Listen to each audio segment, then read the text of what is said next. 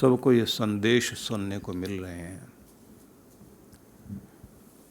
हर महान पुरुष का अपना एक ओरा होता है, अपनी एक दुनिया होती है। जहाँ वो रहता है उसके चारों तरफ का परिवेश, वातावरण वैसा बदलता है। और जब वो इस पृथ्वी से अपनी यात्रा पूरी करके भी जाता है तो भी ब्रह्मांड में अपना एक लोक निर्मित कर लेता है। स्वर्गलोक का वह रूप जिसमें अलग अलग महान पुरुषों के प्रकाश फैले हुए हैं। ऐसी एक परिकल्पना कीजिए कि जहाँ अलग अलग लोकों से एक महान पुरुषों की कॉलोनी बनी हुई है और अलग अलग ध्वनियाँ गूंज रही हैं। इस ब्रह्मांड के नाम, इस धरती के नाम उनका संदेश जा रहा है। मानो कबीर ये कह रहे हैं, सुख में सुमरन ना किया और दुख में किया याद। कहे कबीर उस दास की कौन सुने फरियाद। असल में तो जब हम ये कहते हैं कबीर की वाणी में कि दुख में सिमरन सब करें और सुख में करे ना कोय, जो सुख में सिमरन करे तो दुख काहे को होए, तो यहाँ एक बात बड़ी सोचने की है कि याद आती है जब हमें गरज होती है, हमें मतलब होता है। बाकी समय हम लोग अपने सुख में भूले रहते हैं, अपने संसार के सुखों में, अपने मज़े में, अपने सुख सुविधाओं में इस तरह से हम संलग्न हो जाते हैं कि ईश्वर भी है, धर्म कर्म भी है, कुछ अच्छाई सच्चाई भी है, उस सब से ध्यान नहीं रहता। अगर पूजा भी करते हैं तो डर के करते हैं, कहीं भगवान नाराज ना हो जाए। और फिर चलते चलते भी अगर कहीं मंदिर आ जाए तो उस मंदिरों में भी इतनी श्रद्धा से शिव जी की तरफ हाथ नहीं जोड़ते जितना शनिदेव का सामने मंदिर हो तो बहुत हाथ प्यार से जोड़ते हैं। बस दया रखना आप महाराज, क्योंकि सर पे सवार हो जाओ या तो 2.5 साल या 7.5 साल, फिर तो नचा के छोड़ते हो। तो जिनसे डर लगता है उन्हें बहुत हाथ जोड़ते हैं, और जिनका ये लगता है या तो कुछ देगा तो बहुत अच्छी बात, ना दे तो कोई बात नहीं, नुकसान तो नहीं करेगा।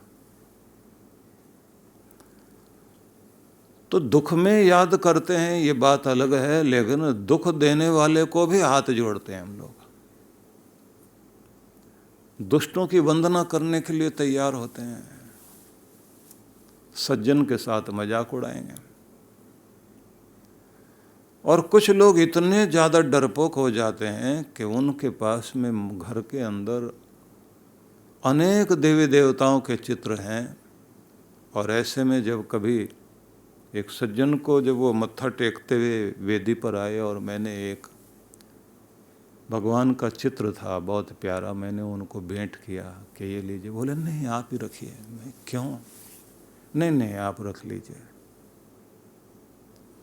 मैंने कहा मैं आपको दे रहा हूँ। बोले 27 पहले घर में हैं, एक और आ जाएंगे। हाथ जोड़ते जोड़ते दुखी हो जाएंगे महाराज, टाइम बहुत लग जाता है, क्योंकि कुछ देंगे नहीं देंगे ये तो पता नहीं, कहीं नाराज हो गए तो।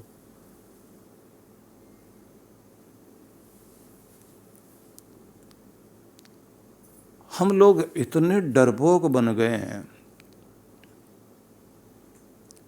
लेकिन होना क्या चाहिए? कबीर के इस दोहे को थोड़ा सा बदलिए। यहाँ दुख में सिमरन सब करें की जगह मैं हटा दीजिए, का करिए, स्थिति बदलेगी। दुख का सिमरन सब करें और सुख का करे न कोई। जो सुख का सिमरन करे तो दुख काहे को होए। तो ये थोड़ा सा बदल लीजिए, तो उसके बाद में आपको एक चीज़ समझ में आएगी कि सारा दिन हम किस चीज़ का स्मरण करते हैं? केवल दुख, केवल दुख, केवल दुख, केवल दुख। हमारे अंदर जो एक आत्मसंवाद चल रहा होता है ना, अंदर एक बात चल रही होती है, सब लोग अंदर अंदर, जैसे आप मुझे सुन रहे हैं तो साथ साथ में अंदर आप कुछ बात भी कर रहे हैं अपने अंदर। तो जो आपके अंदर एक चर्चा चल रही होती है, जिसे आत्मसंवाद कहेंगे, ये जो सेल्फ डायलॉग कह लीजिए इसको, खुद से ही बात कर रहे हैं आप। तो ये जो आपके अंदर चर्चा चलती है, इसमें आप कौन सी चर्चा करते हैं? नेगेटिविटी की, नकारात्मकता की, चिंता की, दुख की, भय की, परेशानी की, नफरत की, घृणा की, या फिर वासनाएं व्यक्ति के मन में होती हैं। वो इस सुख का नहीं, मजे की वासनाएं। और मजे के साथ एक बड़ी अलग तरह की बात है। किसी भी मजे में आप लग जाइए तो थोड़े समय के बाद आप उसके एडिक्ट हो जाएंगे, एडिक्शन हो जाएगी। और जब एडिक्शन होती है, आप उस नशे के पागल हो जाते हैं, तो फिर वो आदत बनता है। और आदत का भी अपना नियम है। आदत का नियम ये है, वो कहती है रिपीटेशन, पुनरावृत्ति, दोहराओ, मुझे बार बार दोहराओ। गुस्सा करने की आदत है तो बार बार गुस्सा होगा। आपको अगर कोई खास तरह की चीज़ खाने की आदत पड़ गई तो आदत कहेगी कि दोहराओ मुझे। फिर दोहराने लग गए तो कहेंगे बार बार। सिगरेट की भी आदत पड़ गई तो कितनी, चाय की आदत पड़ गई तो कितनी, और फिर सिगरेट में भी चेन स्मोकर हो गए आप, एक के बाद एक, एक के बाद एक, एक के बाद एक, डिब्बियां खाली हो गई। तो किसी भी मजे के पीछे चलने का, किसी सुविधा के पीछे चलने का, ये ध्यान रख लेना। जब आप सुविधाओं के भी पीछे चलते हैं, आराम के पीछे चलते हैं, उसके भी एडिक्ट होते हैं। पहले टीवी आपको जा कर के वहीं सामने उसको ऑन करना होता था, उंगली लगाकर चैनल भी वहीं बदलते थे आप। फिर आपको ऐसा रिमोट कंट्रोल मिला कि जिसमें आप बहुत दबा दबा के हाथ से, तब वो जो है काम करता था। अब टच बटन आ गया है, आप बिस्तर में लेटे लेटे वहीं से ऐसे ऐसे कर रहे हैं, उठने की भी जरूरत नहीं है। अब आपके फ़ोन में भी आ गया, फ़ोन से चलाइए, क्योंकि उनको ये पता है कि आदमी आराम पसंद है, उससे जो है बहुत आराम चाहिए, और फिर उसको एडिक्ट बनाओ। खाने पीने की मिर्च मसाले वाली चीज़ें दी जाती हैं तो उसमें ये कंपनी वाले एक खास तरह की चीज़ डालते हैं। उससे ये होता है कि जब तक आप पैकेट ख़त्म नहीं कर लोगे तो आप तक वहाँ से उठोगे ही नहीं। एक चिप्स का पैकेट पकड़ लिया एक कंपनी का, तो आप उसका एडिक्ट बनोगे, वो ख़त्म नहीं होगा, आप मतलब आप उसको छोड़ नहीं सकोगे। और बच्चों को भी ऐसी आदत हो जाएगी, वो भाग कर के संभाल के अपने पास लेंगे, 4 बैग में रख लेंगे, एक हाथ में लेकर के, और उस पाउच को खोल के खाना शुरू करेंगे। क्योंकि साइकोलॉजी को समझने वाले लोग कंपनी वाले बैठे हैं कि आदमी की कमजोरी कहाँ है, वो उस कमजोरी को पकड़ रहे हैं, इसलिए वो हमें एडिक्ट बना रहे हैं थोड़े से मजे के लिए। और जो ये कहते हैं ना कि मजा लो, और अगर कर्जे पर घी मिलता है तो लेकर के पियो। यावत जीवेत सिखम सुखम जीवेत ऋणम कृत्वा घृतम पिबेत, जो ये चारवाक का वचन है कि जब तक जियो सुख से जियो। तो वहां सुख से मतलब क्या है? मजे के लिए जियो। ऋणम कृत्वा घृतम पिबेत, कर्जा लेकर भी अगर घी पीने को, घी मतलब मलाई वलाई, चिकनी चीजें, मलाईदार जो भी चीजें होती हैं, बस वो मजे वाली चीजें कर्जे पर भी मिलता हो। अब कर्जा लेकर के कोई आदमी, हमारी संस्कृति क्या थी? हमारी संस्कृति ने एक चीज सिखाई कि किसी का कर्जा सिर पे रखो ही नहीं। कर्जा तो चुकाने के लिए आपकी जिंदगी पूरी भारी हो जाएगी। और बड़ी बात तो ये है कि इस दुनिया में भी आप चले भी गए तो कर्जा लौटाने के लिए फिर आना पड़ेगा और चक्र से बाहर नहीं हो पाओगे। इसलिए यहाँ तक कह दिया गया कि माता पिता गुरु आदि समाज सबके कर्जे आपके सिर पर हैं। किसी पार्क के पास से जाते समय अगर आपको वो जो रजनीगंधा की सुगंध आ रही होती है और आप थोड़ी देर उस सुगंध को लेने के बाद किसी माली के पास जो उसको उगा रहा है उसका जाकर थैंक्स करते हैं, तो आपने एक कर्ज अदा कर दिया। इस धरती को महकाने वाले तेरे प्रति धन्यवाद करते हैं, तू बहुत अच्छा इंसान है। दुर्गंध पैदा करने वाले और वातावरण को दूषित करने वाले तो बहुत है, लेकिन धन्य है तू, इतना अच्छा काम कर रहा है। हर एक को जहां भी हो सके तो ये ध्यान रख लेना कि दुख का सिमरन सब करें, शिकायत वाली बात तो सब कर रहे हैं।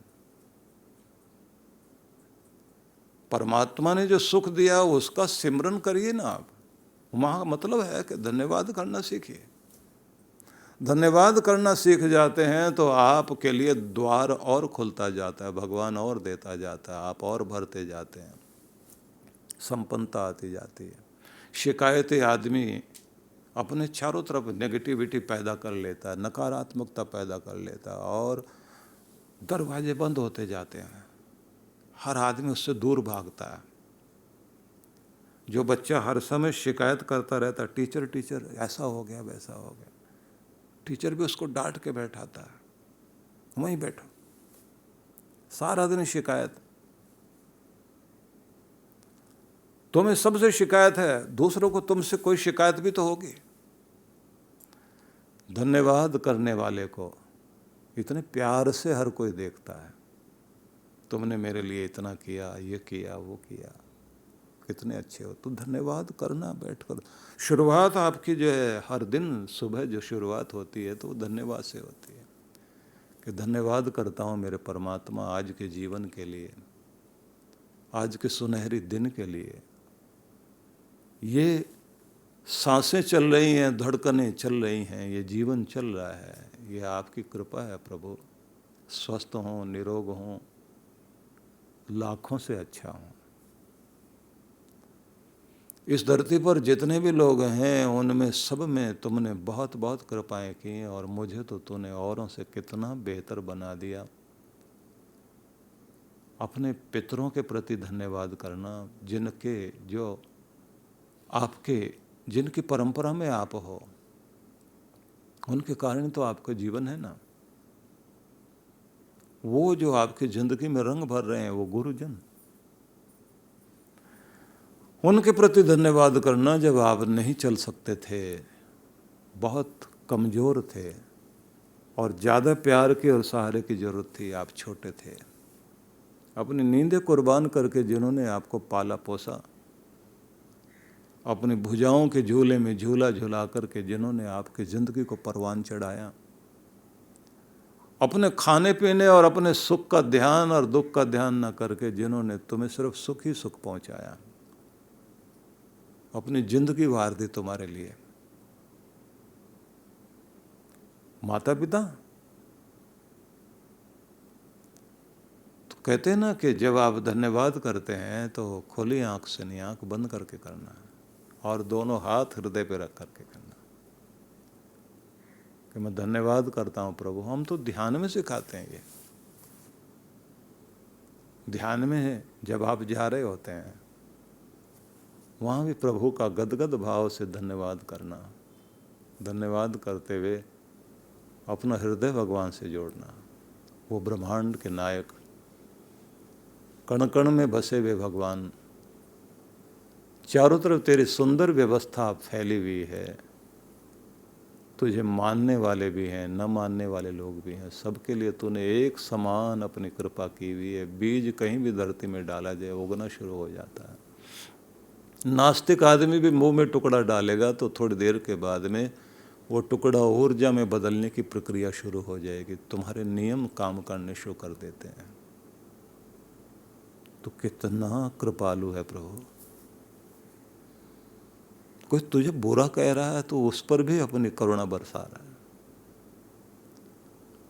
और धन्यवाद धन्यवाद धन्यवाद करते करते इतने गदगद हो जाइए, इतना अपने आप को भर लीजिए कि आपको स्वयं में ये लगे कि मैं कितना आनंदित हूँ, क्योंकि मुझ पर कृपा बरसी मेरे भगवान की।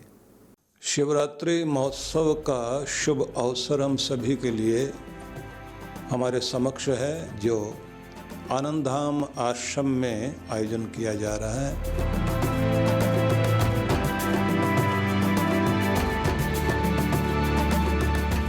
आप सबको मैं यह निवेदन करना चाहूँगा कि यह महोत्सव है शिव और पार्वती माता के आशीषों को पाने का।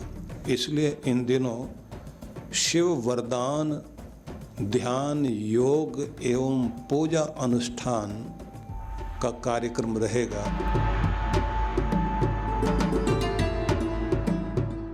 स्वाहा इदं प्रजापतये दन्नामामः ओम इंद्राय स्वाहा। और इसकी एक खास विधि होती है कि इसमें जप यज्ञ भी चलना चाहिए, जाप भी चलना चाहिए, ध्यान की विशेष विधि होती है जो वरदान प्राप्ति के लिए होती है, और इसी के साथ में अभिषेक होना चाहिए और साथ में किया जाए यज्ञ।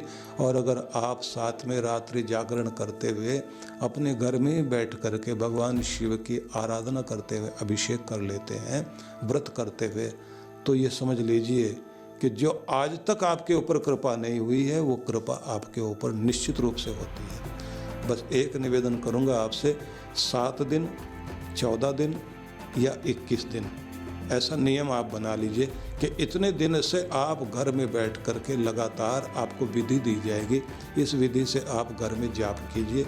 ये बहुत चमत्कारी रहेगा। इसलिए इसका नाम ही है शिव वरदान ध्यान और पूजा अनुष्ठान। तो इसलिए शिवरात्रि के इस महोत्सव में मैं आप सबको आमंत्रित करता हूँ। पूरे मनोयोग से, पूर्ण श्रद्धा से, पूर्ण निष्ठा से इसमें आप लग जाइए, क्योंकि ये कोरोना काल जो चल रहा है इस समय हम सबको विशेष कृपा की आवश्यकता है।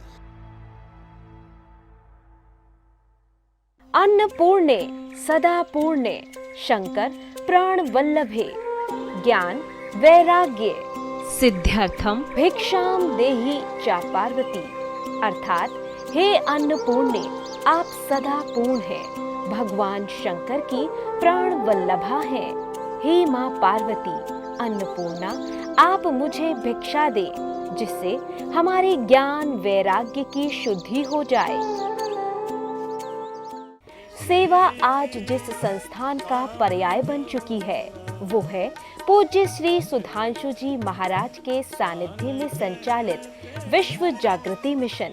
सेवा के क्षेत्र में मिशन की एक और नई पहल अन्नपूर्णा योजना। इस योजना में आप अपने एवं अपने परिवार जनों के जन्मोत्सव, विवाह की वर्षगांठ तथा दिवंगत परिजनों की पावन स्मृति में आनंद धाम आश्रम में स्थित गुरुकुल के ऋषि कुमारों एवं वृद्धाश्रम के वृद्ध जनों को सहभोज करा सकते हैं। इस अवसर पर प्रातः गुरुकुल के ऋषि कुमारों द्वारा वैदिक मंत्रोच्चारण के साथ आपके एवं आपके परिवार की मंगल कामनाओं के निमित्त यज्ञ का आयोजन किया जाता है। यजमान की सुख समृद्धि और दीर्घ आयु के लिए प्रार्थना भी की जाती है। दोपहर को सहभोज का आयोजन होता है। आप सपरिवार आनंद धाम पधारें, यज्ञ में भाग लें और अपने हाथों से भोजन कराकर पुण्य लाभ एवं आत्म संतुष्टि के भाव से जीवन को आनंदमय करें। इस योजना से जुड़ने के लिए एवं अधिक जानकारी के लिए संपर्क करें 958-2954-200, 9560792792।